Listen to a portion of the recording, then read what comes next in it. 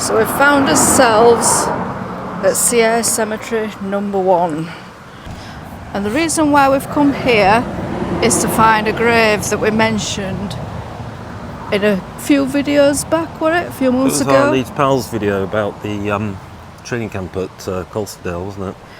Horace Iles we're looking for.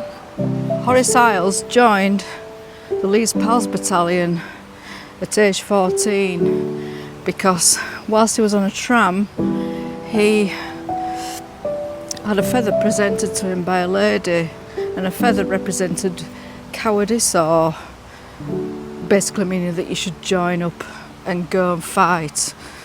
So Private Horace Iles is commemorated in this cemetery. He's buried in this cemetery, rather, should I say. So he was killed in action on the 1st of July 1916 in the Battle of Sierra Road towards the village of Sierre. And the objective was to capture the trenches that the Germans held in their position. It was a heavy fortified German front line at the time, and the battle was unsuccessful. Horace Iles died in no man's land. So if you want to watch any more information about that, we have got video of the Leeds Pals battalion, and now we need to try and find his grave. So it's plot IE39, so let's see if we can find IE39. Was it IE, did you say? IE39. Must be this one then. Right.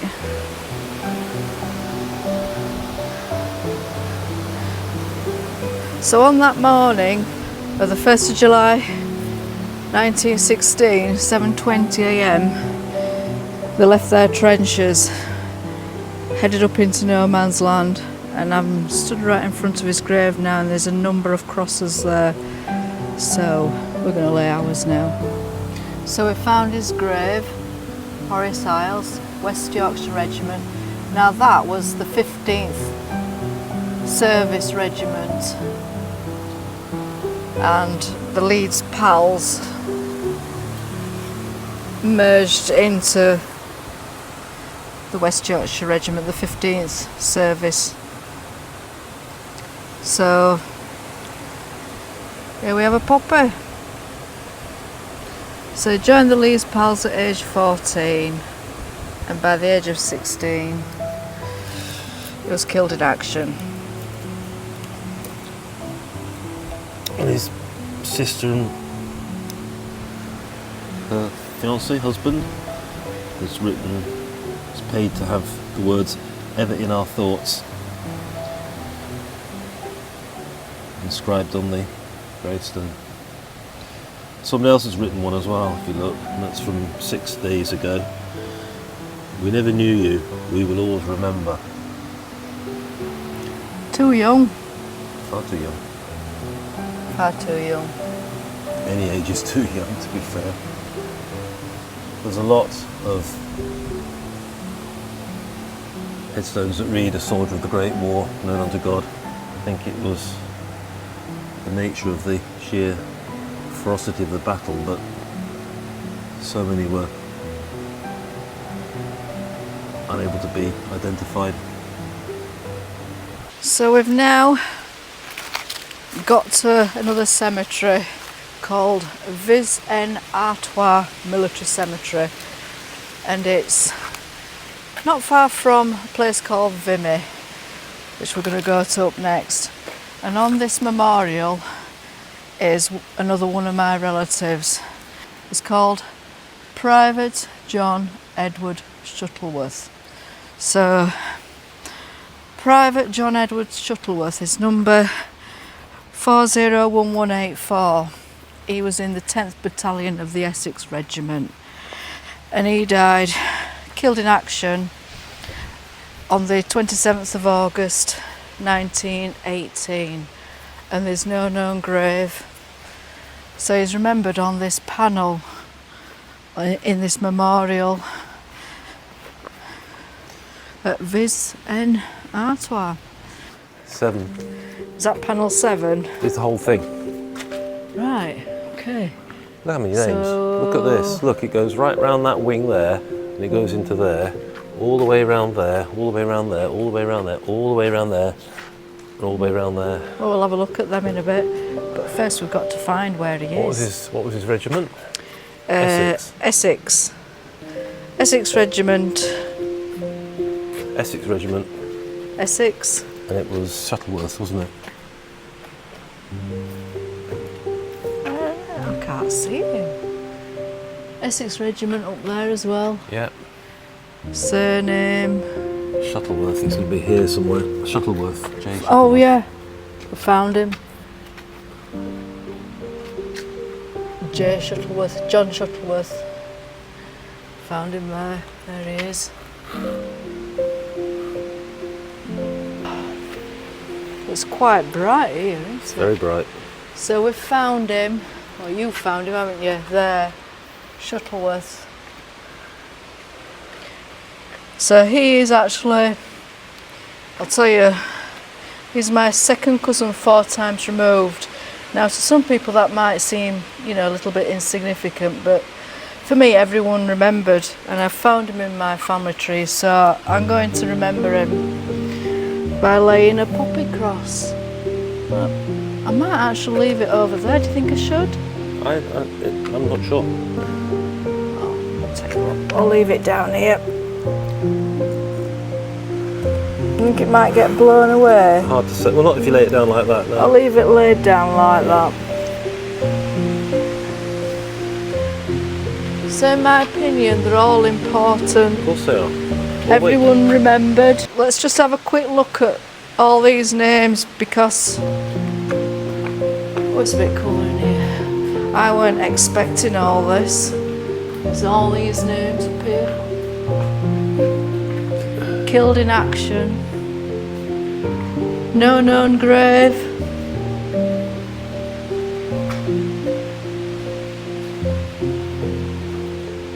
And some of them, like we've said before, maybe in one of the graves where it says known unto God. He could be any one of those. So either that, or there could be just, you know, somewhere in no man's land. Of course. Well, somebody's managed to stick that to the wall there. I know. Ingenious. I don't know how they've stuck it. I think it was something like blue tack, blue tack or something. Yeah, that's one way of doing it. Oh no! Oh yes, it's white. Well, it's white tack. Yeah. And this one's probably similar. All these names. It's frightening, isn't it? It's frightening. See these columns here as well. Beautiful, aren't they? They really make these really. Oh, they're nice. stunning buildings. There's some at the end here as well. Yeah. Careful coming down these steps. If we look down here. Oh! So careful coming down these steps. Oh yeah. You see there's several. Yeah, there's so many. Look. It could be him. It could be him. Could be. Him. There's so many. Look, they're all soldiers of the Great War. Could be any one of these. There's so many. Well, there's loads across there as well. Look, all of those and all of these. Oh, this one, they're all unknown. And the ones at the back as well. There's a body here, but they don't know who they are. That's right. It could be still missing on the battlefield somewhere. Could be. Oh my word, they're all here, all these unknown.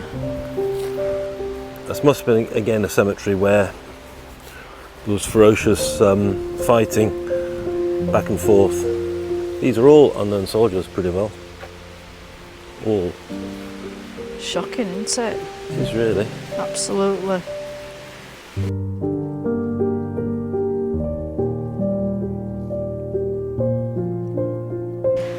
So James has found a little bit of white tack, and now he's going to stick this on there for me.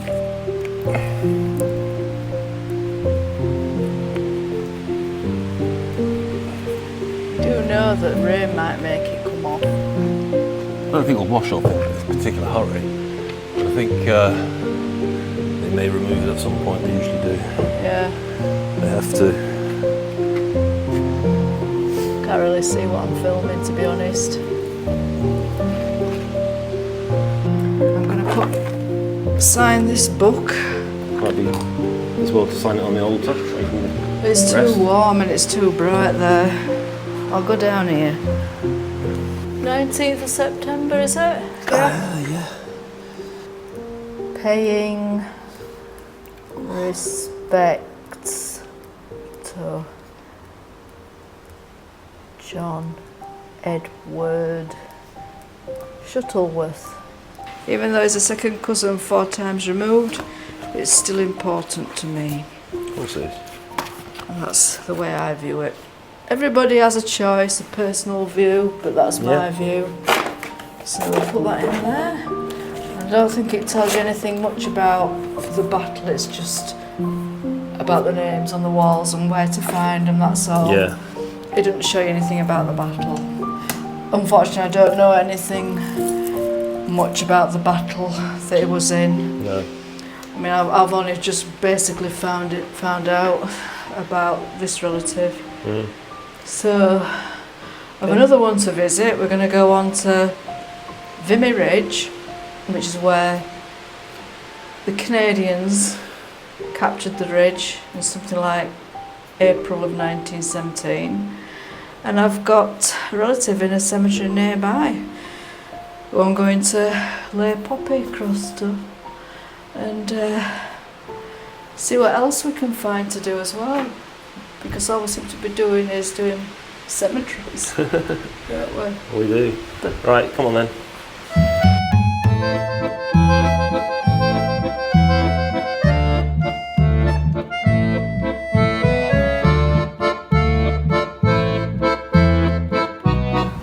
Wow, we've just seen a sign for a Lichfield crater.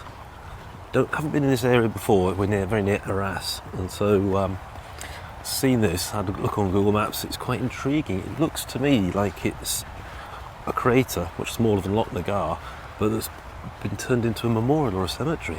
So let's find out what it's all about. So this is Lichfield crater, and they've turned it into a cemetery. It looks like a memorial. I think it's just a memorial. So, do you know anything about Lichfield crater? Nothing at all. Nothing Right. at all. It just intrigued me that it is actually, by the looks of it, the site of a crater. Yeah. So Maybe I could find something out. maybe. Put a little bit on screen. Or maybe you could just Google it. Where's your phone? In my pocket. Google is my friend. Right, there's no... Oh, look, there's one there. Right, One's a solitary. There's only one grave. But there's, I think it's a memorial wall for... Right. Let's have a look. So it's Private 13016 A Stubbs, South Lancashire Regiment. 30th of April 1916, and he was aged 25. So let's find out what the wall tells us. they must have perfectly smoothed this What's out. that? Yeah, well, clearly, yeah. Right, I get it now. In this crater are buried 41 Canadian soldiers whose names are recorded on this wall. 11 unidentified Canadian soldiers, 1 unidentified soldier of the South Lancashire Regiment, and 4 unidentified soldiers of the forces of the Empire, and 1 unknown Russian. Right. That's So, it's very. do you know anything else about how this crater was formed? Was it? Well, I think that the body, that basically it was a mine underneath the trenches, Yeah. and those Clearly, men, yeah. and those men are buried in this crater, effectively. Right. And they found a few fragments of, well, clearly, some Canadian soldiers,